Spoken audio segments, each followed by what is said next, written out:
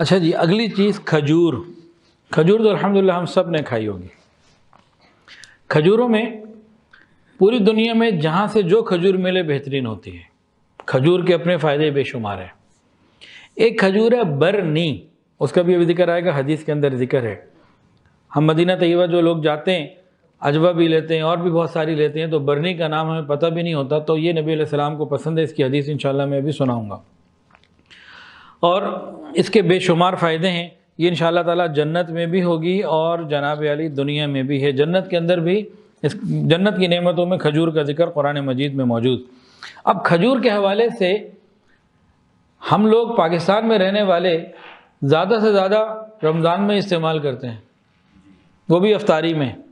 سحری میں کھجور کھانا بھی سنت ہے، افطاری میں تو سنت ہے ہی، سحری میں بھی کھجور کھانا سنت ہے۔ حضرت عائشہ صدیقہ رضی اللہ عنہ سے روایت ہے، نبی علیہ السلام نے فرمایا کہ اس گھر کے لوگ بھوکے نہیں رہتے جس گھر میں کھجور ہو۔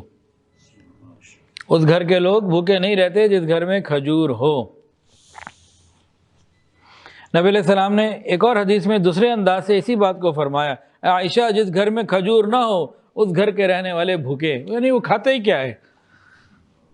جس گھر میں کھجور نہ ہو اس گھر میں رہنے والے تو بھوکے ہیں۔ تو ہمارے گھر میں کھجور ہونی چاہیے جی۔ نبی علیہ السلام نے ارشاد فرمایا کہ صبح نہار منہ کھجورے کھانے سے پیٹ کے کیڑے مر جاتے ہیں۔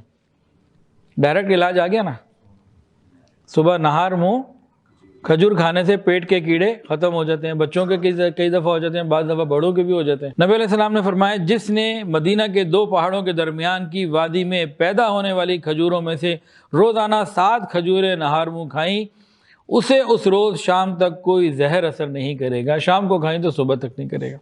یہ مدینہ طیبہ کی کھجور کی خصوصیت نبی علیہ السلام نے فرمائی۔ عورتوں کے کتنے مسائل ہوتے ہیں جی، حیض کے حوالے سے، ماہواری کے حوالے سے۔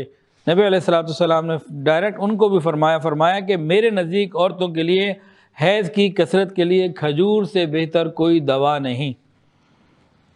یعنی ان دنوں میں اگر مستورات کھجوروں کا استعمال رکھیں تو نہایت مفید۔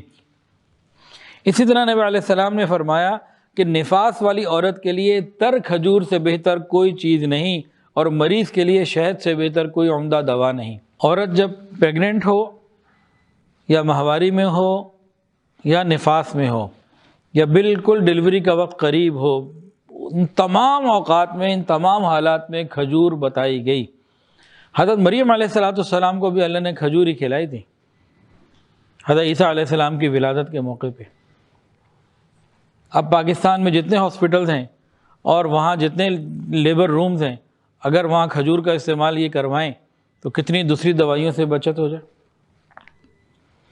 اور اگر ہمارے گھروں میں اس کا رواج ہو اور ہماری مستورات اس کا استعمال ان حالات میں، ان چاروں پوزیشن میں، حمل کی پوزیشن میں، ماہواری کی پوزیشن میں، نفاس کی پوزیشن میں، اور خاص ڈیلیوری کے عین وقت میں، قریب دنوں میں، راتوں میں، قریب کے اوقات میں کھجور کا استعمال کریں۔ تر کھجور کا، کھجور بھی 2 ہوتی ہیں، خشک اور تر، تو تر کھجور کا استعمال ان کے لیے بہت مفید اور بڑی نعمت ہے۔